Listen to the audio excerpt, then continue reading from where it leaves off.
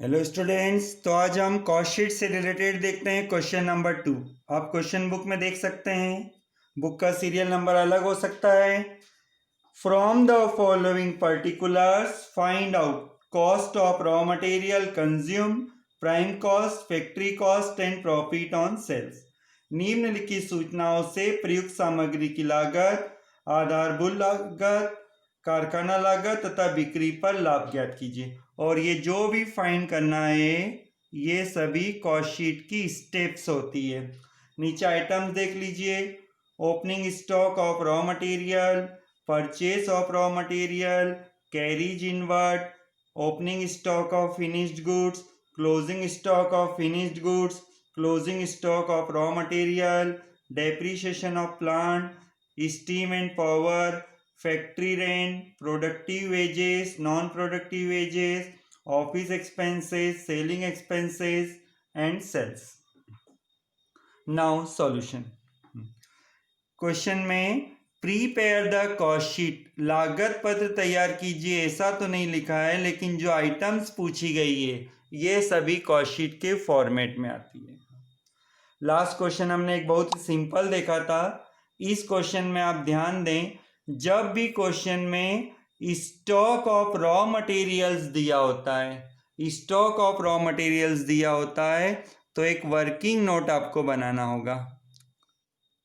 Direct cost sheet नहीं बनानी है, पहले एक वर्किंग नोट बनेगा जिसका नाम होगा कैलकुलेशन ऑफ मटेरियल कंज्यूम्ड।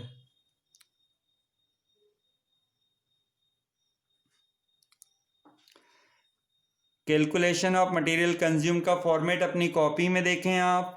सबसे पहले लिखा जाता है इसमें opening stock of raw material, opening stock of raw material. Raw material का स्टॉक देखिए 40,000। फिर इसमें लिखा जाता है add purchases of raw material, purchases of raw material. Raw material का परचेज देखिए 80,000। फिर परचेज से रिलेटेड कोई एक्सपेंसेस हुआ हो तो उससे ऐड कर दीजिए। परचेज से रिलेटेड कोई एक्सपेंसेस हुआ है, क्वेश्चन में देखिए कैरीज इनवर्ड दिया हुआ है, आगम गाड़ी भाड़ा, तो कैरीज इनवर्ड परचेज से रिलेटेड होता है, इसे ऐड कर दीजिए। Carries inward 2,500 total 1,22,500। फिर लेस में closing stock of raw material, closing stock of raw materials, closing stock of raw materials 10,800।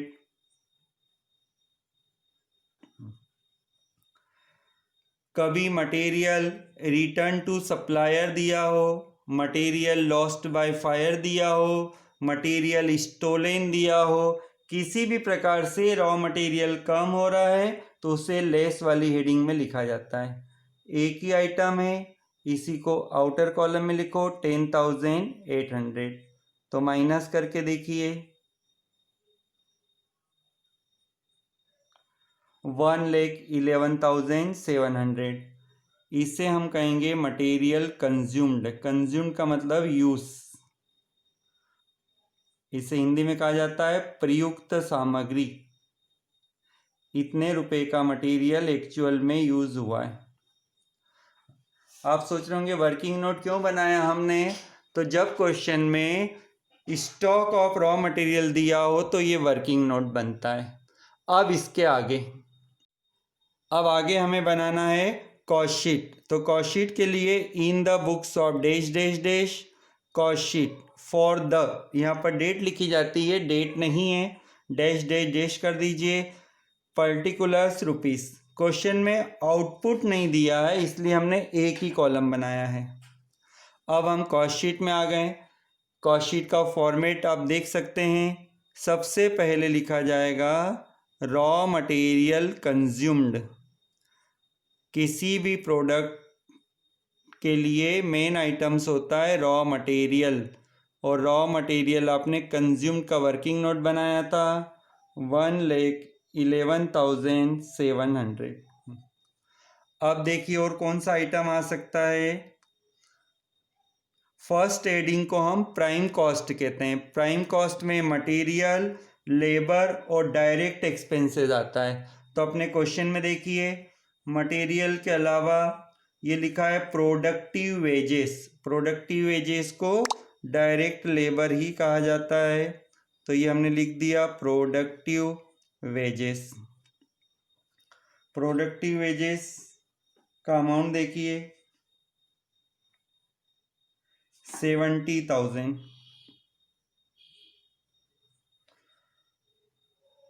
बस अब इनका टोटल कर दिया जाए 1,81,700। इस टोटल को कहते हैं प्राइम कॉस्ट। अब प्राइम कॉस्ट के आगे add factory overheads. Factory overheads ये एक हेडिंग है। फैक्ट्री ओवरहेड में कौन सा नाम आ सकता है अपने क्वेश्चन में देखो, 1 बाय 1 एक एक आइटम पढ़ते जाइए और सोचो फैक्ट्री से रिलेटेड कौन सा एक्सपेंसेस है। Depreciation on plant. Depreciation on plant factory से रिलेटेड होता है, तो ये हमने लिख दिया depreciation on plant 4,800। Steam and power. Steam and power भी फैक्ट्री से रिलेटेड होता है, लिख दीजिए steam and power. Steam and power 2,400।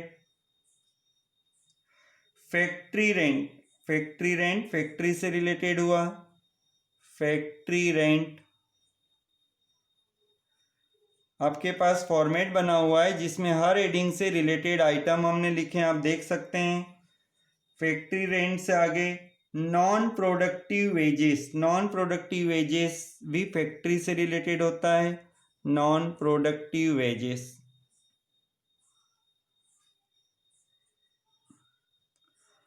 Non productive wages 2,000।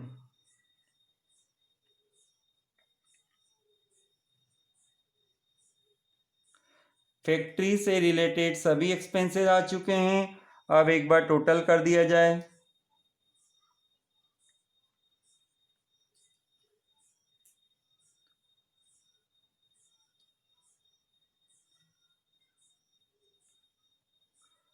$1,96,900।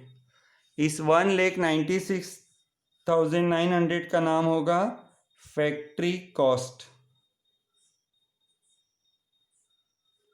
अब इसमें ऐड कर दीजिए ऑफिस ओवरहेड्स।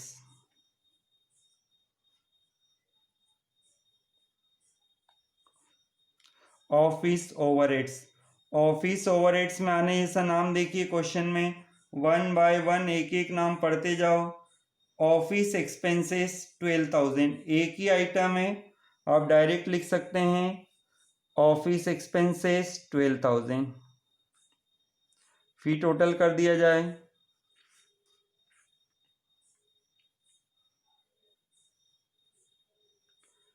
208,900।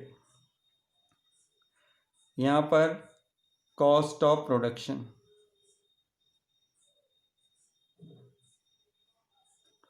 अब क्वेश्चन में देखिए एक स्पेशल आइटम है हमारे पास, opening stock of finished goods, closing stock of finished goods. Cost of production के बाद में opening stock of finished goods add होता है। Opening stock of finished goods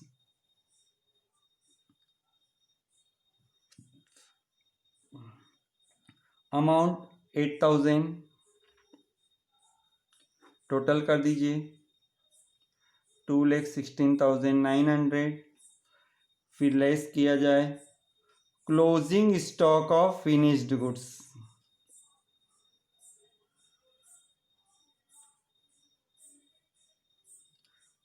last question में फिनिश्ड गुड्स नहीं था, इसलिए कॉस्ट ऑफ प्रोडक्शन के बाद में डायरेक्टली सेलिंग डिस्ट्रीब्यूशन ओवरहेड हमने लिखा था। तो closing stock of finished goods है 20,000।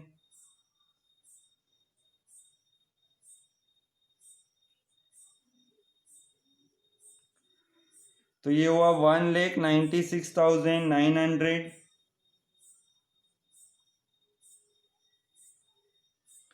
इसका नाम दीजिए cost of goods sold.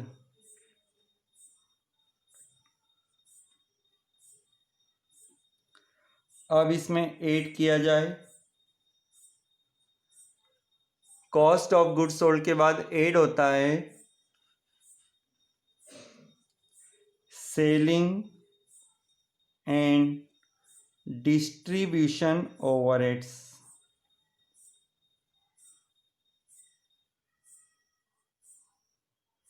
Selling and distribution overhead से रिलेटेड आइटम देखिए, सेलिंग एक्सपेंसेस 22,000 लिखा है, तो ये लिख दिया 22,000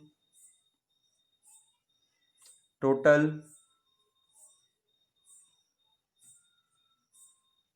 टू 1,89,00, इसका नाम टोटल कॉस्ट। आप देखिए क्वेश्चन में आगे सेल्स भी दिया हुआ है, तो टोटल कॉस्ट के बाद प्रॉफिट की स्पेस होती है और प्रॉफिट के बाद लिखा जा सकता है सेल्स। तो सेल्स का अमाउंट है 3,20,000। ऊपर टोटल कॉस्ट है, नीचे सेल्स है, डिफरेंस बता दीजिए 101,100। ये प्रॉफिट हुआ। सेल्स क्वेश्चन का लास्ट आइटम होता है, सेल्स के बाद आप क्लोज कर दीजिए।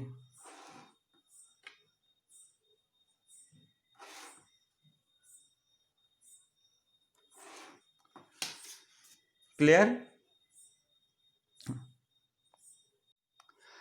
कॉस्ट शीट से रिलेटेड किसी भी क्वेश्चन को सॉल्व करने के पहले ये फॉर्मेट आपको पढ़ना है। इस फॉर्मेट में देखिए आप मटेरियल, लेबर, डायरेक्ट एक्सपेंसेस तो बनता है prime cost, add factory overheads, add opening stock of WIP, closing stock of WIP less factory cost, add office overhead, office overhead के बाद आता है कॉस्ट ऑफ प्रोडक्शन, फिर add opening stock of finish goods less closing stock of finish goods, cost of goods sold, फिर उसमें add होता है selling and distribution overhead, total cost, profit and sales. फिर एक वर्किंग नोट होता है material consumed, ये फॉर्मेट है। और factory overhead, office overhead, selling and distribution overhead से रिलेटेड आइटम्स अलग अलग होती है, तो कौन सी हेडिंग से रिलेटेड कौन सा आइटम है ये फॉर्मेट जरूर देखें, उसके बाद ही क्वेश्चन सॉल्व करें। क्लियर?